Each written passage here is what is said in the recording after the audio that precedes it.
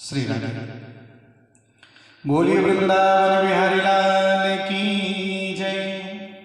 बहुत से लोग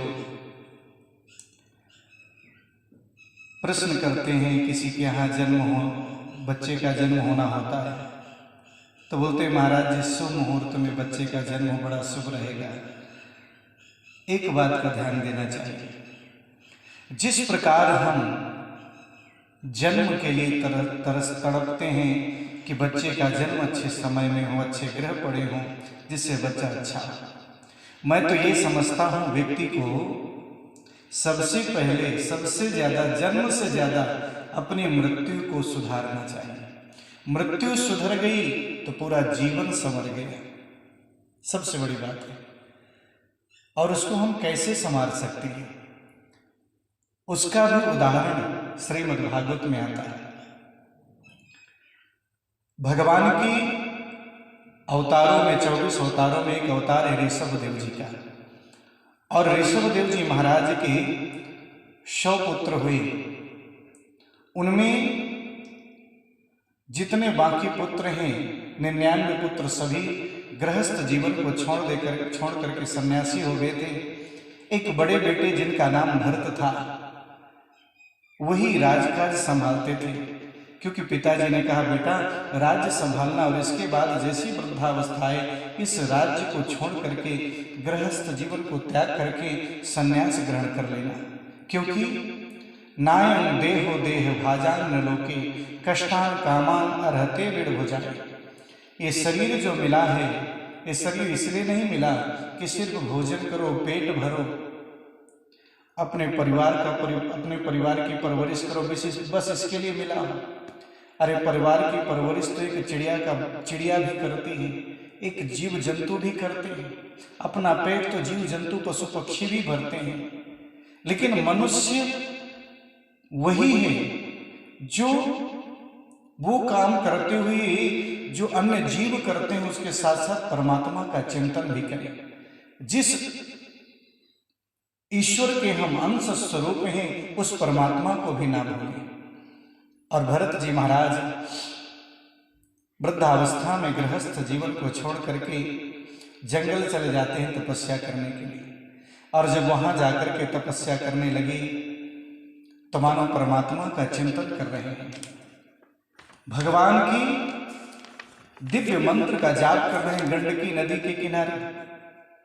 और जब गंडकी नदी के किनारे भगवान का भजन करते हैं सुबह से लेकर शाम तक, उसी समय एक दिन क्या हुआ कि एक मृगी है, वो मृगी गर्भवती थी और वो गंडकी नदी में आकर के जल पी रही थी, पानी पी रही थी।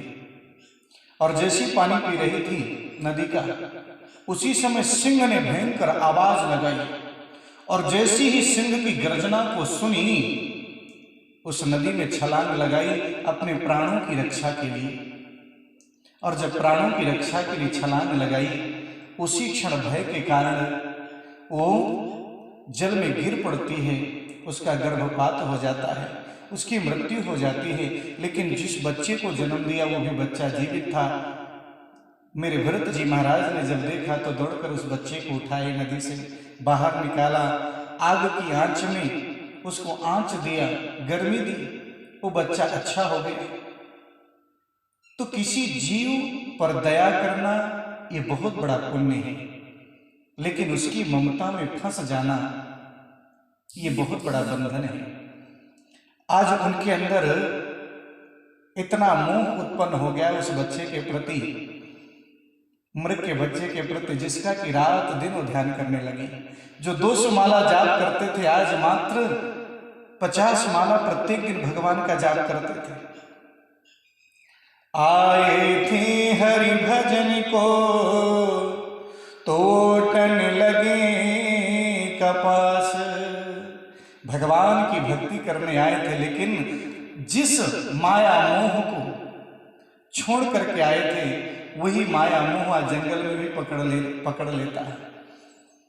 अब तो जानते हैं धीरे धीरे अंत काल का समय आया। मेरे भरत जी महाराज का अंतिम जब समय आता है तो उनके अंदर एक ही चिंता है इस हिरण्य को कोई मार ना दे। बार बार चिंता करने लगे। एक बात ध्यान दीजिए, बहुत से लोग प्रश्न करते हैं कि महाराज ये बताइए कि मेरा जन्म जब होगा दोबारा तो मैं क्या बनूंगा। तो ध्यान दीजिए, अंतिम समय में, मृत्यु के समय में आप जिनका चिंतन करते करते अपने शरीर को त्यागेंगे वही योनि आपको प्राप्त होगी। आप अगर अपने नाती पोते का स्मरण करते करते शरीर छोड़ेंगे तो किसी के घर में नाती पोते बनकर के जन्म लेंगे।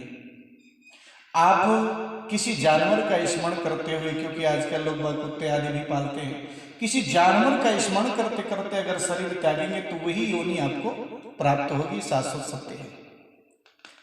भगवान ने कहा भी है, परमात्मा ने, अंत काले च मामेव स्मरन् मुक्त्वा कलेवरम् यः प्रयाति समद्भावम् याति नास्तत्र संशयः।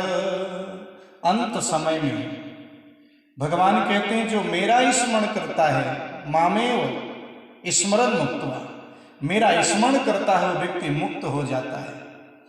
और अंत समय में वही परमात्मा का स्मरण कर सकता है जो जीवन भर भगवान का स्मरण करता है। चाहे वो 1 घंटे स्मरण करे, चाहे वो 10 मिनट स्मरण करे, लेकिन वो लगन से जब परमात्मा का चिंतन करता है, स्मरण करता है, तो अंतिम समय में उसी को परमात्मा का ध्यान आता है।